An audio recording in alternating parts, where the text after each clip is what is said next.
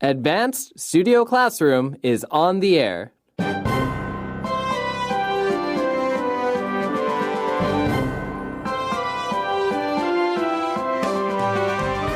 Question: should live animals be used to train doctors?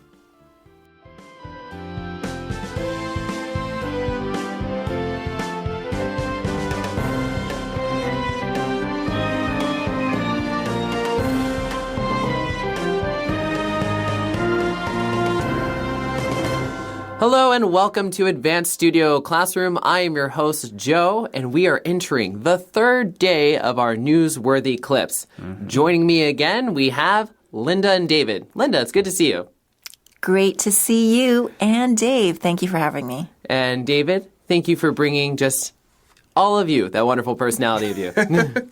Well, thanks for not throwing it out of the room when it came in. Good to be here. Well, with our newsworthy clips, we cover a lot of different kinds of news and articles, content. And so before we get into day 3, I want to kind of step back and do a quick recap of day 1 and day 2. So, David, tell us a little bit. What happened on day 1 with newsworthy clips? Well, on day 1, we learned that I am paranoid about technology. That's right. We did learn that. And we went to the International Home and Housewares Show, where we learned about some fabulous new appliances ranging from a lunchbox to a new innovative microwave oven. Now, so day 1, we were focusing on trade shows and all of that. But day 2, we were doing something kind of different. Yes, we went to the Galapagos Islands and we found something that perhaps is the most important find of the century. And that is a tortoise that was believed to be extinct for over 100 years. And now they've just recently discovered that it's living. So very different styles of topics, but also things that are interesting, and especially with the tortoise, very sort of groundbreaking, where it's like, oh, you thought this was extinct? Guess again. Now, for day 3, we sort of continue a bit of a conversation about ethics. So at the end of day 2, we had sort of an extended conversation about the ethics of human intervention with conservation efforts. Now, if that doesn't sound like a master's thesis title. No, yeah, it sure does. I don't know what does. Yeah. But as we go into day 3 here, we're looking at ethics as it relates to using animals for medical research and medical training. And this is a very interesting question because there are already sort of acts in place that protect animals, but we find that there are certain groups that think that these acts don't do enough and we need to be sort of pushing this forward. And, animals for experimentation, it's kind of a difficult question. Yeah, it used to be a lot more straightforward. Like, people didn't really think about it much. But I think now, as there are more and more methods for training doctors and testing out things, like if we don't have to use, the idea is if we don't have to use animals, then we shouldn't. And furthermore, we should actively move towards not using animals to test things. Right. But, animals for testing is actually not that uncommon, I don't think, Linda. No, but it's more looked down upon now. Right. I mean, in some areas, they might still feel it's necessary. But in general, people don't really want to advertise that they use animals for testing. Yeah, the practice is kind of, the phrase that came to my mind is kind of frowned upon. Yeah, it's frowned upon. Frowned upon, sure. where people sort of grimace at the idea that you would do that. And so this article we're going to be diving into just sort of looks at this issue and how the Mayo Clinic is responding. And so we're looking at how a physicians group asked Mayo to stop use of live animals in training doctors. And so we're going to be looking into different sides of that argument and what exactly is Mayo Clinic doing and what they think about the issue. So let's go ahead and dive in with our first reading.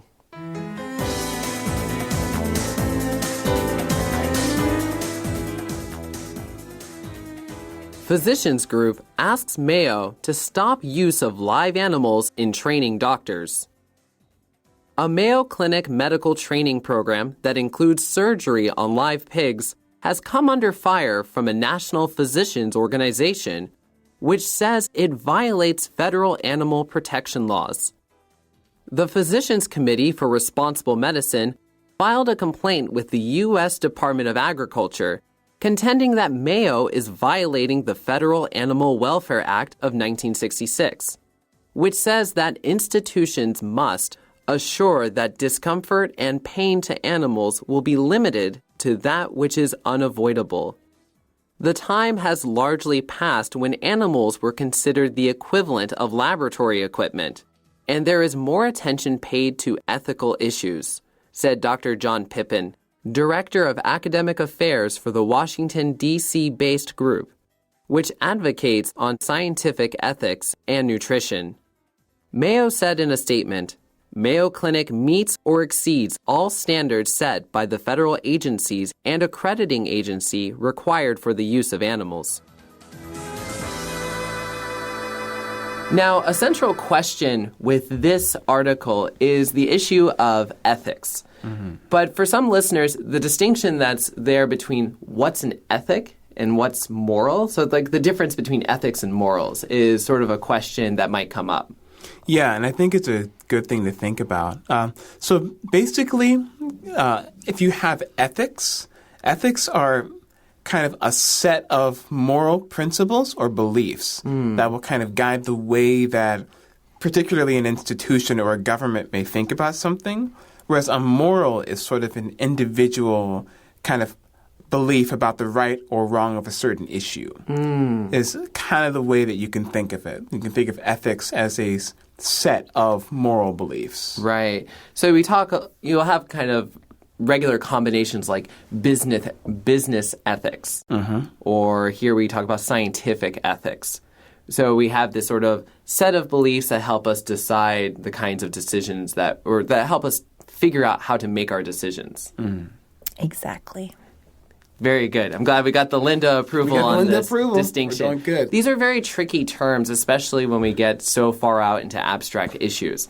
So let's reel it back in and get to the specifics. So we have a Mayo Clinic medical training program that has recently, or not recently, but within the past year or so, they've come under fire.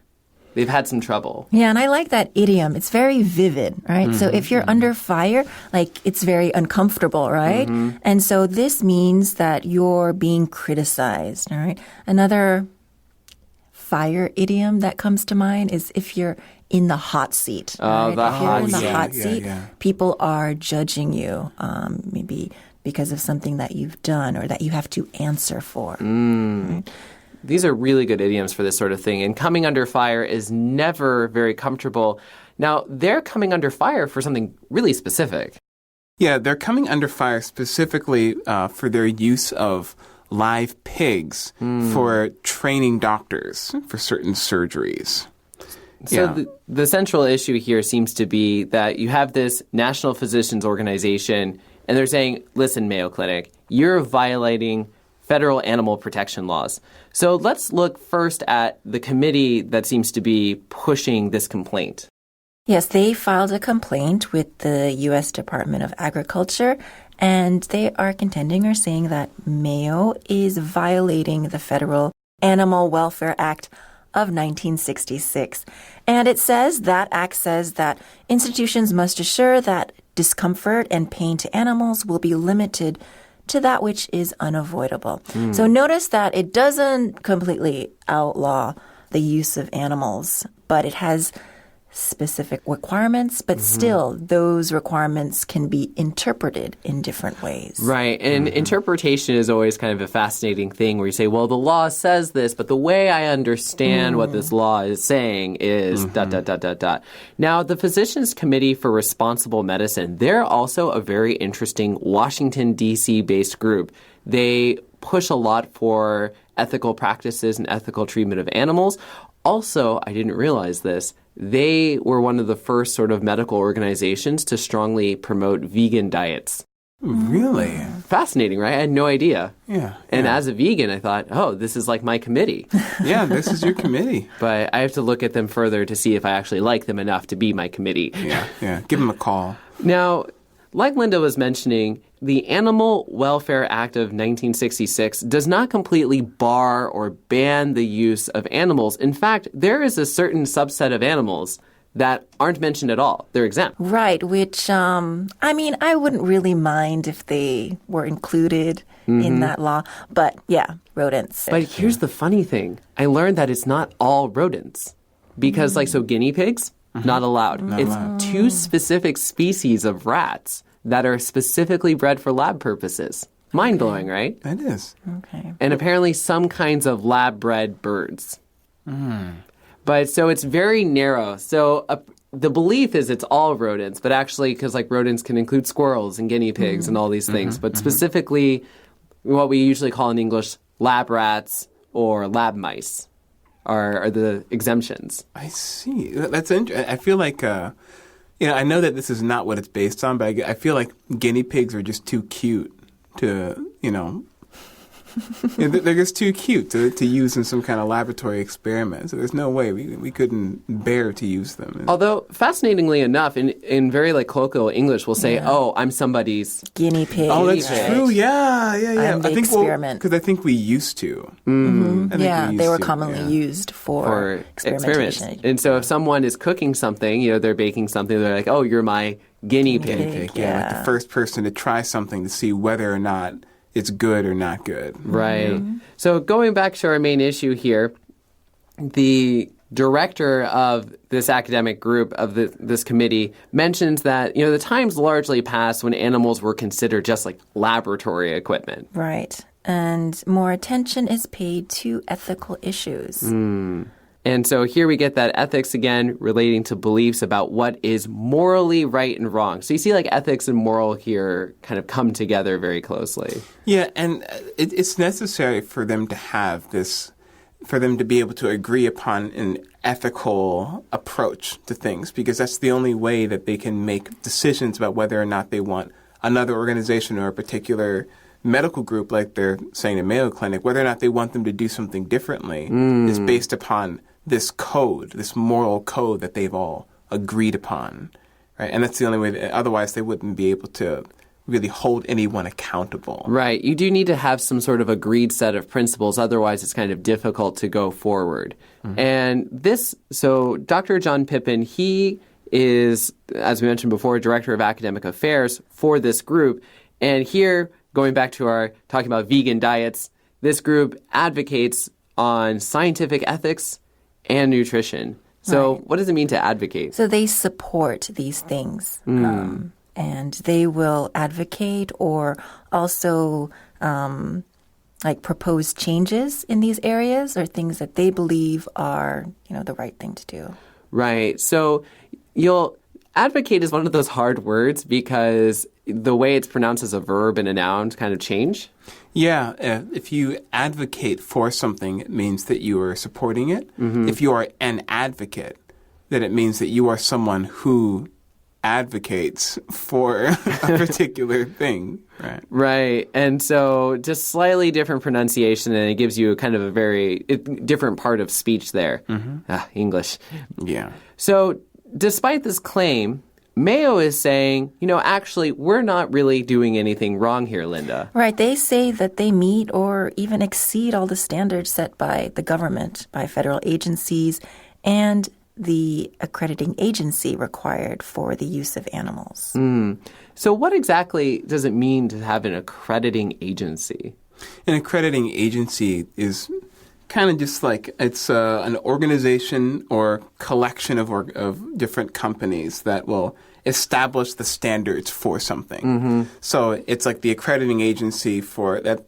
The way that they're saying, we meet all the standards set by federal agencies and accrediting agencies just means whatever this body of people, whatever, ethical code or whatever kind of rules they set up for us to be able to do these things, we meet all of their standards. Therefore, we are credited as valid, right? Credited being they're saying oh, you guys are okay. Exactly. And you see the term accrediting come up a lot in schooling, I feel like. Right. In educational institutions. In order to be considered, you have had to graduated from an accredited institution. So there's some group of people that say this school meets all of our standards. Yeah. And I feel like Mayo's statement it's interesting. It's very sort of legal. We meet or exceed. Yeah, right. Right. It's like, Yeah. well, which one? It's like, well, it depends on the situation, I suppose. Yeah. Now, the Mayo Clinic, just as a sort of side note, the Mayo Clinic is also a very famous, research and medical group, I feel like. I feel at least most Americans have at least some awareness of Mayo. I feel like I've seen their information on like orange juice bottles or whatever. And we've actually published several articles by the Mayo Clinic researchers in advance before, because they do a lot of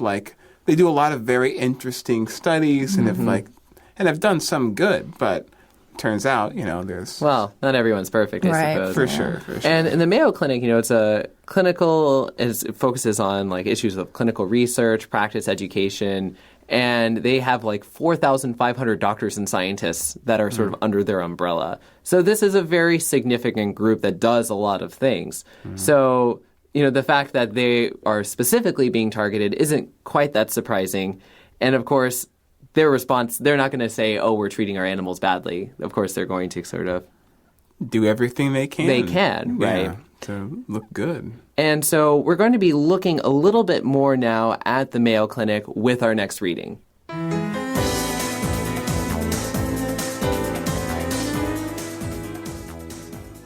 The Rochester, Minnesota-based clinic is one of only 15 programs in the country that continues to use live animals to train medical residents in emergency medicine, according to the Physicians Committee. The group said most training programs have switched to simulators to educate new doctors in surgical techniques, such as inserting breathing tubes or opening chest cavities. For emergency medicine residency training, 86% of programs used live animals in 2004. Today, just 6% of programs continue to use live animals, according to a Physicians Committee survey. The alternatives are as good, if not better, said Dr. Carrie Foley, a retired emergency physician. Pigs are not anatomically identical to human beings. Foley noted that Mayo has a simulation training center in Rochester. Mayo said in its statement that it uses pigs to teach techniques used to provide life-saving care to pediatric patients that cannot be effectively taught in a simulation center. So this program, and it's based in Rochester, Minnesota, so that's where it was actually founded, is one of only 15 programs in the country that continue to use live animals. But the usage of live animals that's mentioned here is very specific. Right. That it's used to train medical residents in emergency medicine. So the kind of usage that we're talking about here is specifically about how to deal with medical emergencies. And for the Mayo Clinic, they feel that, live animals are very critical to that. Yeah, I actually saw something that they use the pigs to train physicians in training for emergency airway injuries, to deal with emergency airway injuries like in your throat, your windpipe. But I also saw something that said that even if the pigs survive the surgery, that they would still be killed after it. So was kind of a point that someone was bringing up for this being unethical. Even if the pigs survive the surgery or whatever, they would still be. So it's really like expendable, so to speak. They're really kind of let's use them and throw them away kind of thing. This is where, in our first reading, we talked about this idea of, before the theory or the way people looked at lab animals was they were sort of just equipment. Yeah, like that. Right. And so the position that this committee has is, we moved away from this time where we just look at them as equipment for these kinds of training programs. Now, the group said that most training programs have actually made some kind of change. Yeah, they've actually switched to using simulators. And simulators are pieces of equipment that provide the same real conditions or represent what it should if you were in a real situation. So we often have flight simulators That's for what I was thinking. pilots, Yeah. right, to experience how it would be if they were actually flying the plane or flying the spacecraft for astronauts, right? Because it would be really difficult for them to get real live training in that. So Right. You need don't a want your simulator. first time to really be in the air. Yeah, definitely not. So they have these simulators to educate new doctors in surgical techniques. And interestingly enough, one of those techniques includes... Yeah, inserting breathing tubes or opening chest cavities. Right. So, I feel like this kind of echoes a little bit of what you were talking about with the usage dealing with like blocked airways and such. Yeah, it is. It's just, kind of a lot of stuff around the chest and throat. And so, you can kind of see how these things would be important. If you're learning, you need to learn somehow. But the simulators are something that have become, I think, very, very common. And even as noted in the opening of the paragraph, the Mayo Clinic is only one of 15 that still uses live animals. So people are moving away from that. And so we get a couple more facts about emergency medicine residency training. But before we look at those facts, what does residency refer here, Linda? When you are studying to be a doctor, you have to, once you've completed your studies, then you have to do a period of residency to get practice. And and you choose, you have your specific area or department. So here we're talking about training in emergency medicine. Right. And so, medicine, of course, divides out into many different kinds of categories. So emergency medicine probably includes things like, I don't know, accidents, people that can get into, Right. chokings. Yeah. Gunshots, maybe even some maternal care, you know what I mean, ICU stuff. It covers actually a wide range. Really? Yeah. Any kind of emergency. I guess, yeah. Yeah. And so these kinds of programs now, apparently 86% of them used live animals in 2004. So we're talking about actually like a really good chunk of programs all using live animals. Yeah, that was back in 2004. But as we know now, a lot of them have switched to not using animals. Just 6% of programs continue to use live animals. And this is according to the Physicians Committee. Now, it's kind of interesting, when we have articles like this where we're representing different opinions, these sorts of like said so-and-so according to the survey are really important because it sort of tells you where this is coming from so you have a good sense because a lot of our sources can struggle with bias. And I'm not saying that, the Physicians Committee survey is biased, but it's good to know where our data is coming from. Yeah, and the reality is that every source is biased in some way. But if you have a source like the Physicians Committee, which is made up of many, many different organizations, many, many different medical groups, right, then you can kind of take it to be like, okay, this isn't just one group that like really loves pigs. This is like a large variety of medical organizations who are all trained doctors who are all agreeing that it's better to use simulators than to not use simulators. So it's like it can kind of help you if you can see who said what, then it can help you if you want to do research and kind of verify like, well, where is this coming from? Right. And here, we've been talking about these simulators and the surveys they've been doing and the sharp decrease. To go from 86% to 6% is a pretty sharp decline and switch. And pretty quick, too. It's since 2004 or something. Right. So in a period of about 14 to 15 years, everyone switched over because the alternatives are apparently as good, if not better. Right, and this is according to Dr. Carrie Foley, a retired emergency physician.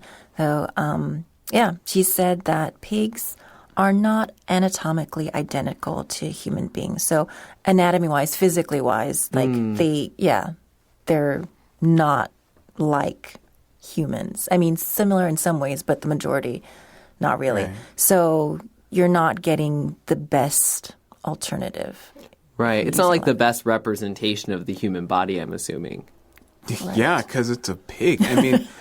He makes a pretty good case. And it's interesting because that's a very simple statement, but it makes a pretty strong case for why you shouldn't be practicing a human surgery on something that isn't a human. Right. It's kind of interesting. I was really curious why in the world pigs were picked in the first place. So apparently there was a lot of research done that showed that while pigs are very anatomically different from humans, in the way that the parts are arranged, their biological systems are very similar, and humans and pigs are both omnivores.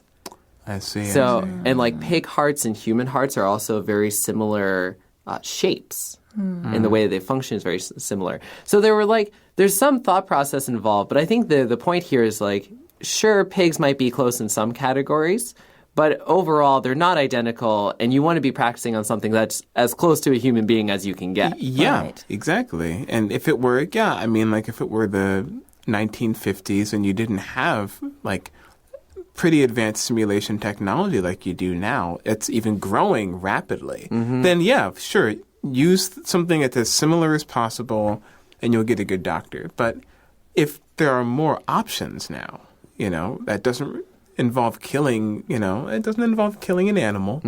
And then, hey, give it a shot, Yeah. Well, what's interesting here is Folly noted that Mayo actually has a simulation training center. So they have at least something that's sort of approaching a simulator aspect. But Mayo has a response to all of this. Well, they said that using pigs teaches techniques that are used to provide life-saving care to pediatric patients. And that can't be effectively taught in a simulation center. So the reason is for doing the particular surgeries on pediatric patients or kids. Right. So pediatric referring, like you said there, Linda, to children. And so, I think Mayo is kind of very entrenched in that position. They're very set on that.